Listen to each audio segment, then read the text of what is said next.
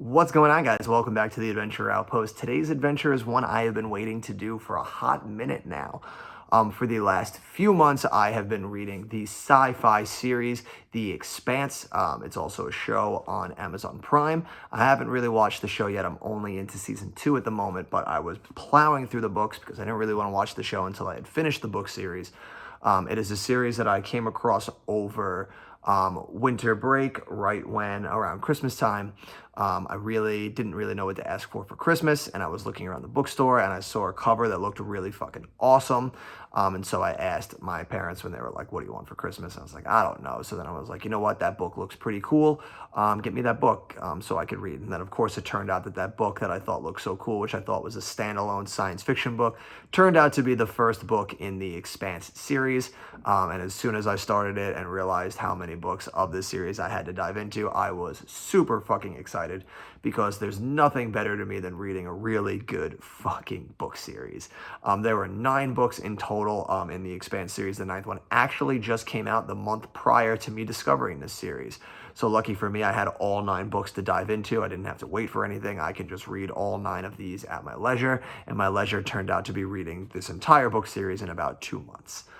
So in today's video, I thought it would be a lot of fun to go through and rank all 9 of the Expanse books. Now, of course, there might be some light spoilers ahead. I'm going to try to not get into too many specifics.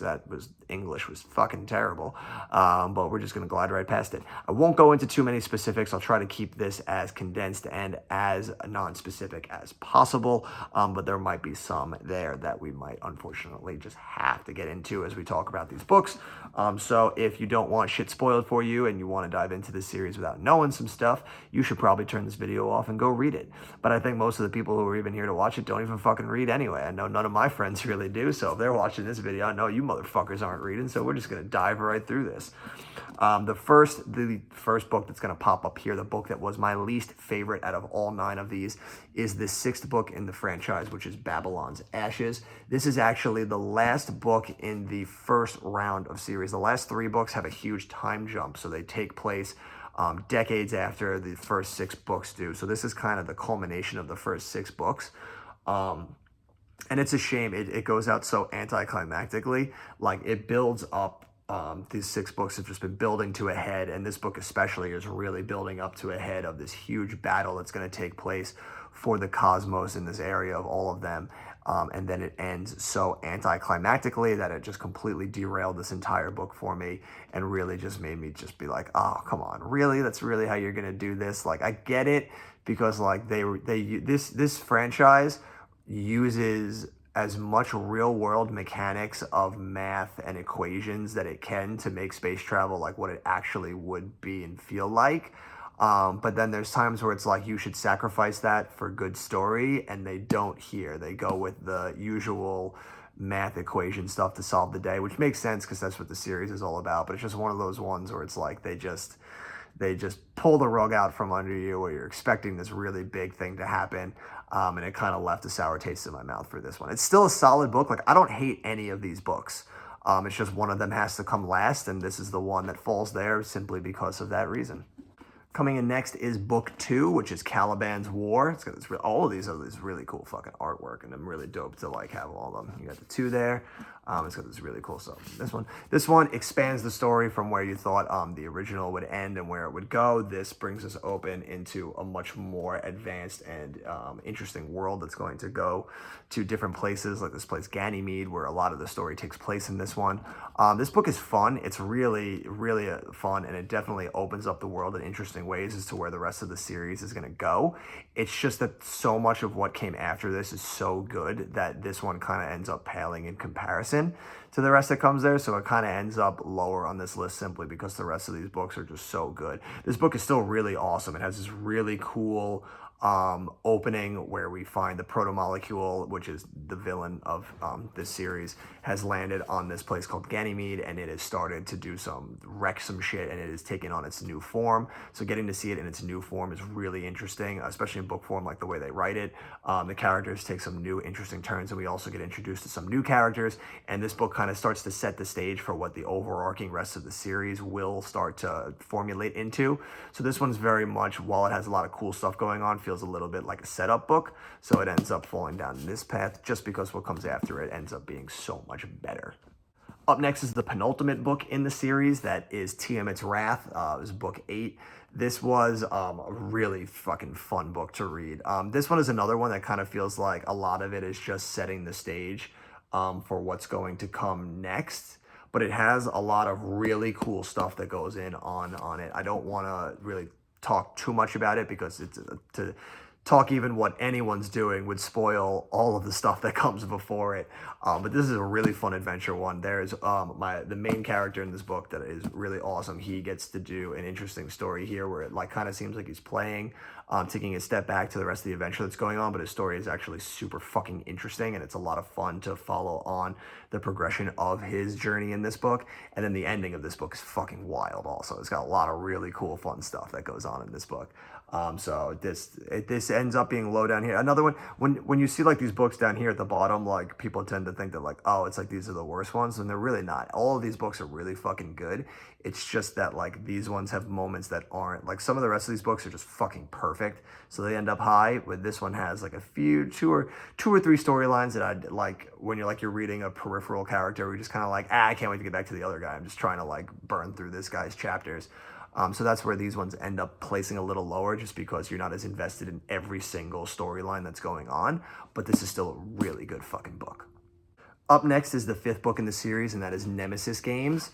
This one is really fucking awesome. This is the first book that kind of changes the formula of the first few books, where like the first few ones are very like, even though it hints at overarching stuff, the storylines are very neatly one and done, where it's like they go on an adventure, some crazy shit happens, it's going to get fixed by the end, but like, there's still some shit in the future that's going to go wild, and each book kind of followed that formula. This one is the first one where all of our characters ended up getting split up, and they're all off doing their own adventure with their own thing that's kind of just going to end up neatly coming into each other at the end, which is really fucking interesting and cool. Like every thing that they do on their own is super interesting. Like I was a little worried at first when it was like they're each going off on their own adventure, that I was like, oh fuck, some of these are gonna suck.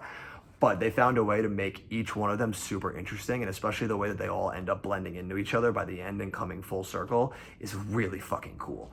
And this one neatly sets up the 6th book, which is like the final and the first run of it. So this one is very much like the yin to the yang of book 6, but this one sets up book 6 perfectly, and it ends on a neat little cliffhanger. This book is just phenomenally well written. The final book in the series lands next, Leviathan Falls, at number 9 in the book series. It ends up in this spot. This book is a wild fucking ride from start to finish. This is the one where like we really get to see all of the crazy scientific shit that's been going on in this book really come to full circle, and all these people having to band together and work together to fight off this fucking proto-molecule monster and people that killed the proto-molecule and all that stuff. Like, I know for people that don't read this book, they're like, what the fuck is he talking about? Just know it's wild. This book is a wild ride from start to finish. It culminates very well. I really like how they ended the book series. I could have used another chapter or two after the finale to kind of like settle down and come back down and get our goodbyes with the characters that end up surviving this whole tale. It kind of ends a little abruptly for my taste, but regardless of that, this is still a wild fucking ride to this franchise. Up next is book 7, that is Persepolis Rising. This is the first book after the time jump. So this book was an interesting one for me. I was a little worried after the way the 6th one ended, where I was like, now they're doing a time jump. The 6th one ended kind of anticlimactically. Like, what have they got that's really going to pull us back in for these last 3 books? And then it turns out that this one ended up being fucking incredible. This is the number 4 of my favorite of the books that we've read. This one, the ones that are my favorite are the ones where they tell just these like pulse pounding adventure stories that just like you're just turning the page and you can't stop.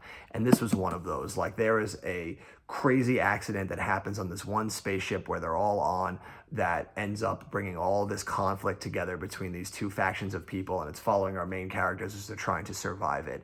It is so pulse pounding and like edgy. It's like Die Hard on a spaceship. That's how fucking good it is. This book is so good. I really ended up enjoying it, and it really propelled me to finish the last 2 books in the series.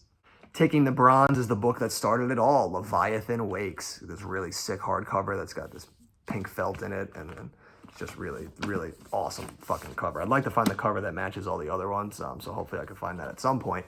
But for now, we got this really awesome Leviathan Wakes cover. This book, the one that started it all, this one is so much fun. It's equal parts like noir detective story with some wild sci-fi space opera shit going on.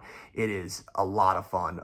You get Detective Miller, who is like the noir stuff where he's trying to figure out like a missing persons crime.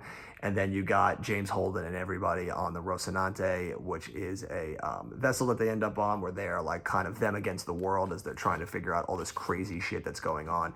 And the two of them culminate into this wild fucking ride at the end of this book that is just one of the most thrilling and inventive and unique sci-fi stories that I had ever read. It is so much fun.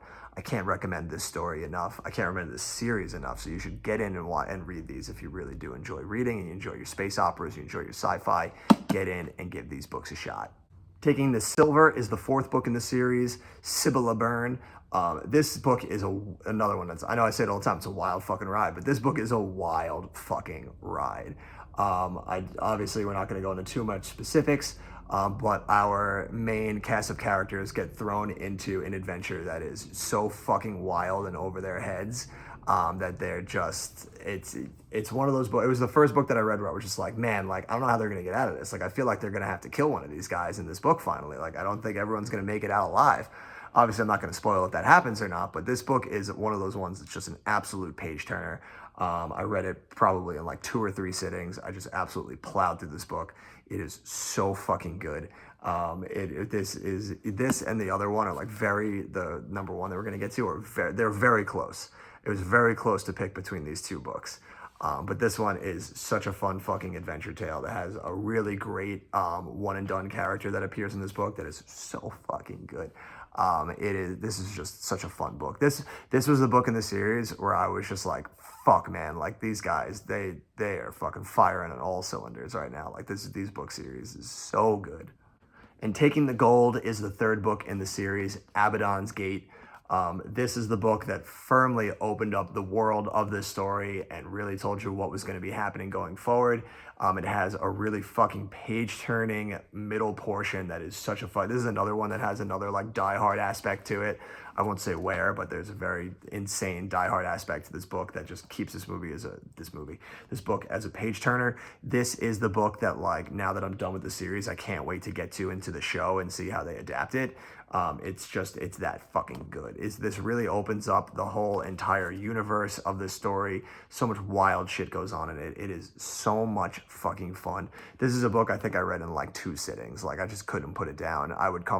This was one of those books where it's like you can't think about doing anything other than writing. It was like at writing, other than reading. Every free moment I had, it was just like, when can I find time to sit and read this book? Like that's when you know you got a really good fucking book where it's like you're at work and you're like, I can't wait till I'm off work so I can just go read. And you're like, watch a movie? Fuck watching a movie. I want to read this fucking book. That's how good this fucking book is. It is easily the pinnacle of what this franchise can do. It's so much fun. It is the perfect encapsulation of this sci-fi space opera that this is. It was such a wild ride. I fucking loved every second of it. And I just can't wait till, a few years down the line when enough time has passed and I can dive back in and reread these books again, and especially this bad boy. And that is my ranking. The Expanse, definitely one of the best franchises that I've read. It might be number 3. I don't know. I think I'd have to rank up. Maybe I have to do that at one point. Figure out all the book franchises that I've read and rank up where they all land. This one definitely top 5. Obviously, number 1, no surprise, Wheel of Time, greatest book series I've ever read in my life. But I would definitely have to dive in and see that maybe this could hit 2. Now that I'm trying to think in my head like what other ones. There's like the Dark Tower series, Harry Potter series. I don't know. This honestly could be number 2, but I definitely will have to dive in and do a little bit more research into that before I can conclusively say it. But I can absolutely say that this was such a great fucking franchise that I read. I am so fucking happy to have plowed through it and had all 9 to read at once. If I had to wait for a while, I probably would have been like so mad and frustrated. So I'm glad that I had the whole book series to read from start to finish, to get the story from start to finish without having to stop or wait or any point. It is great. If you are looking for a franchise to read, something good from start to finish, this is a series that I can't recommend enough. But that'll do it for us all here at the Outpost. Until the next video, you have been you, I have been me. These are the fucking books you should be reading. And until next time, adventure on.